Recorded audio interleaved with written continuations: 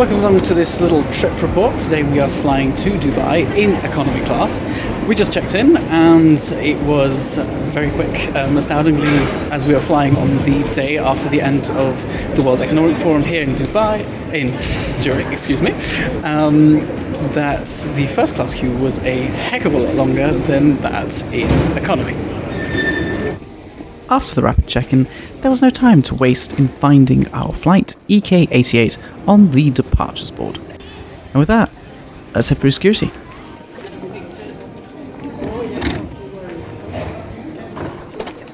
So, just finished security, as always, in Zurich. It's very speedy, very fast, and now we're heading down onto the metro train across to Terminal E, so we'll go through passport control first, and then we'll already be at the gate.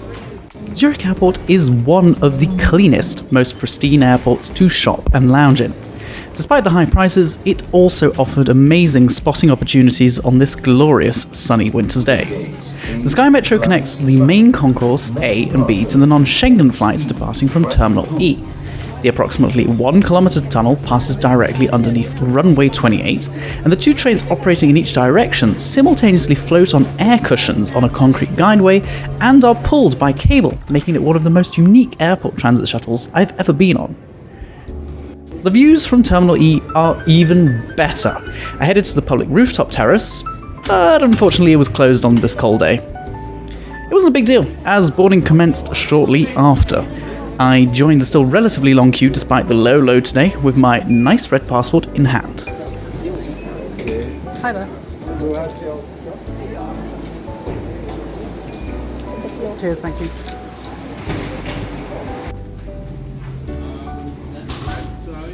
Boarding is quick at gate 59, with both lower jet bridges being used for economy passengers only.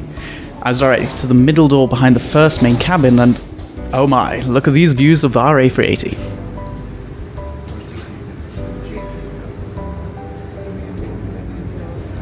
Please, welcome aboard. Thank you. Hi there. Right, please. Thank you. My seat today is 76A, and even though Emirates are renewing all their A380 cabins in the coming future, this seat is still very impressive. That is, if you have a window seat. So we just boarded, I hope you can hear me alright, and this is the seat. So on our seat we've been waiting for a blanket. We've got a nice pair of headphones, of course they are very cheap, but it's necessary if you want to watch the Inflight Entertainment, and of course a nice pillow.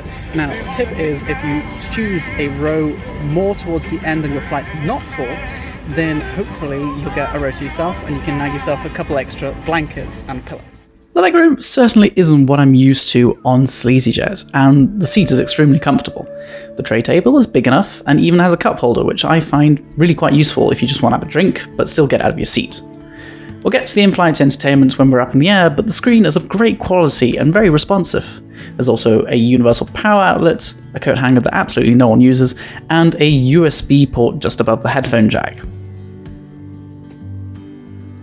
So you've also got a very good adjustable headrest here on the side. It was then time to push back, bang on time, at about 2:30 local time. As the engines were starting up, it transformed the lovely wintry landscape into a bit of a mini blizzard.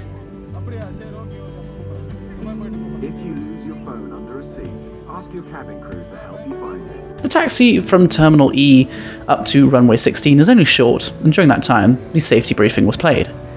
As you can see, economy was quite empty, and I had no one else in my row, so I made the most of it and turned on all the exterior cameras to watch during takeoff.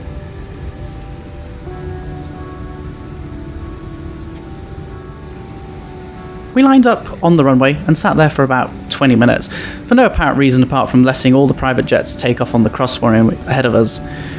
But then, it was finally time to take off.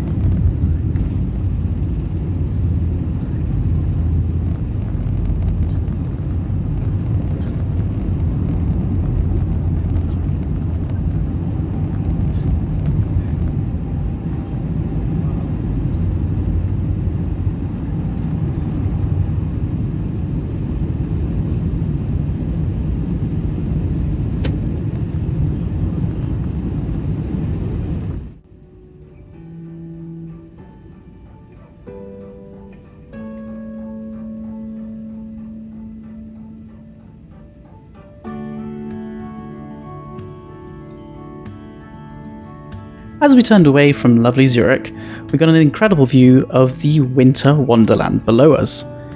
We headed straight east, passing over Lake Constance, which serves as the border between Switzerland, Germany, and Austria.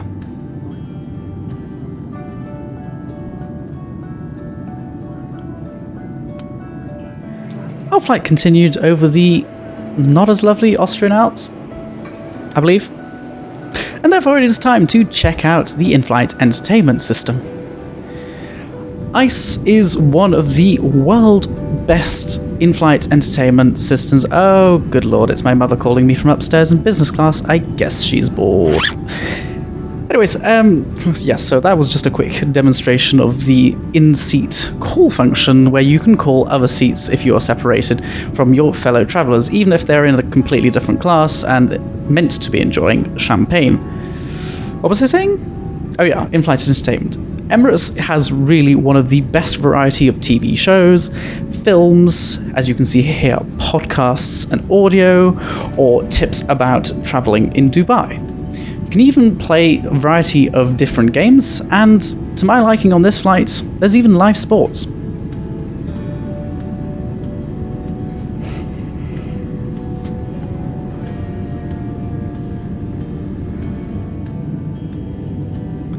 We continued over Eastern Europe, and the views got progressively better, especially with the sunset creeping towards us.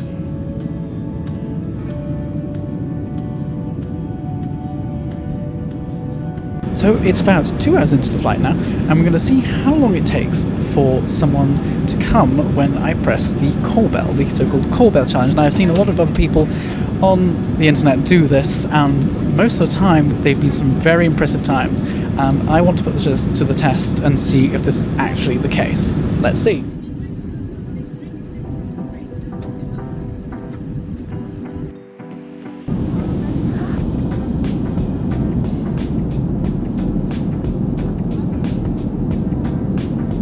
The crew didn't take long, although longer than I've seen on other flights, but to be fair to them, they were just starting the dinner service.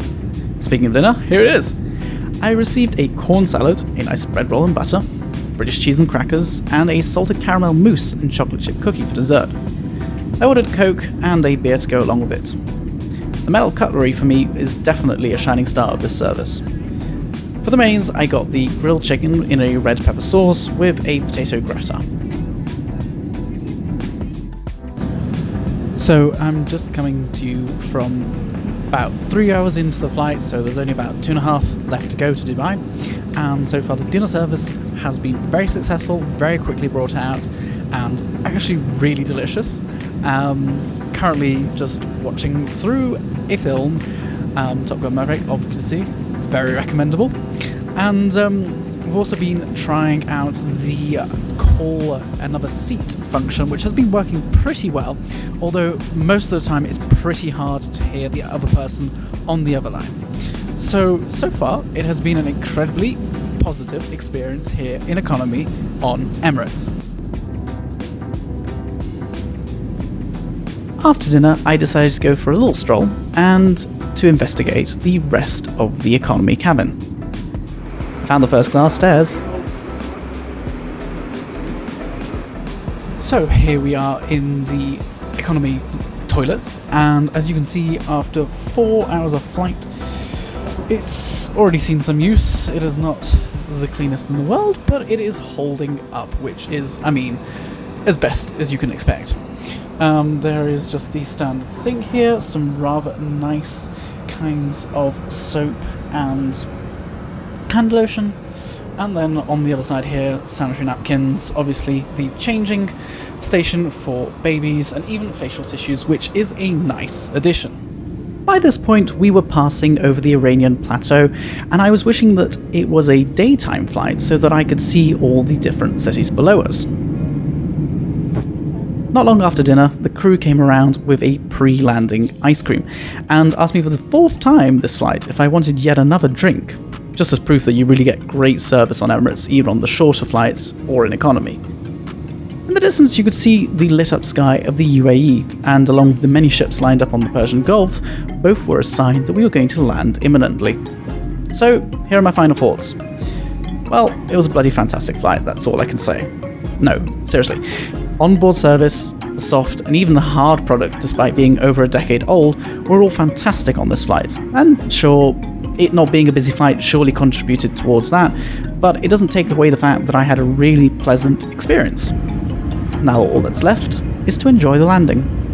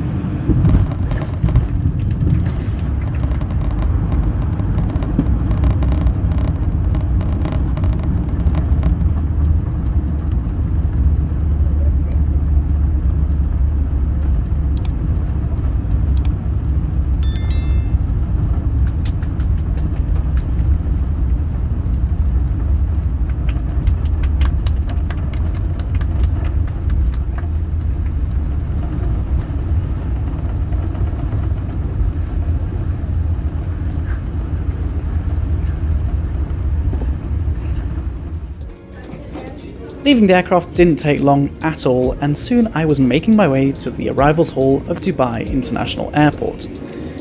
Even for January, I felt immediately like I'd dressed up a little too warmly. I then boarded the airport train from the A gates to the main terminal building. I hope you enjoyed this short trip report on Emirates economy, and I hope that it offered you some different insights to all the other trip reports out there, especially on the state of their economy in 2024. Make sure to tune in for the special return flight in business class this time. Bye just now.